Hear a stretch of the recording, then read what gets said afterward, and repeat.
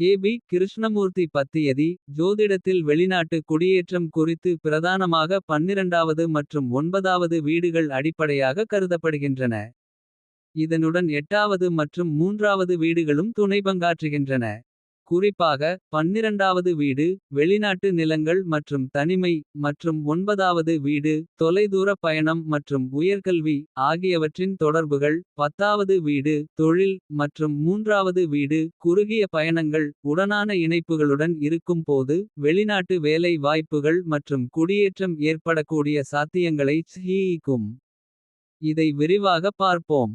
12வது வீடு இது வெளிநாட்டு நாடுகள். பயணங்கள் மற்றும் குடியேற்றங்களை குறிக்கும் பிரதான வீடாகும். 9வது வீடு தொலைதூர பயணம். உயர்கல்வி அதிர்ஷ்டம் ஆகியவற்றை குறிக்கும் வீடு. இவை வெளிநாட்டு குடியேற்றம் தொடர்பான சின்னங்களாக இருக்கும்.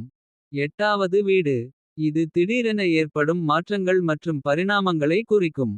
புதிய நாட்டுக்கு இடமாற்றம் சம்பந்தமான சாத்தியங்களை இது காட்டும். 3வது வீடு குறுகிய பயணங்கள் தொடர்பாடல் மற்றும் நெட்வொர்க்கிங் ஆகியவற்றை குறிக்கும். புதிய இடத்தில் தன்னை நிலைநிறுத்த இதுவும் முக்கியமானதாக இருக்கிறது. 10வது வீடு தொழிலுக்கு இணையான இந்த வீடு 12 மற்றும் 9வது வீடுகளுடன் இணைந்திருக்கும்போது வெளிநாட்டு தொழில் வாய்ப்புகளை குறிக்கக்கூடும். திசை புத்திகள் ஜாதகத்தில் அந்த நேரத்தில் நடைபெறும் திசை புத்திகள் டாஷஸ் மூலமாக இந்த வாய்ப்புகளின் நேரம் மற்றும் வலிமையை மதிப்பீடு செய்யப்படுகிறது. சப் லார்டுகள் மேற்கண்ட வீடுகளின் கிளை பாகங்களான சப் லார்டுகளும் நுண்ணறிவான மதிப்பீட்டிற்கு பயன்படுத்தப்படுகின்றன. முடிவாகச் சொல்வதெனில் கே.பி. ஜோதிடத்தில் ஒரு நபரின் வெளிநாட்டு குடியேற்றம் சாத்தியமா. எப்போது நிகழும் எந்த விதத்தில் இருக்கும் என்பதை மேற்கண்ட வீடுகளும். அவற்றின் அதிபதிகளும் திசை புத்திகளும் சப் லார்டுகளும் கொண்டு தெளிவாக கணிக்கலாம்.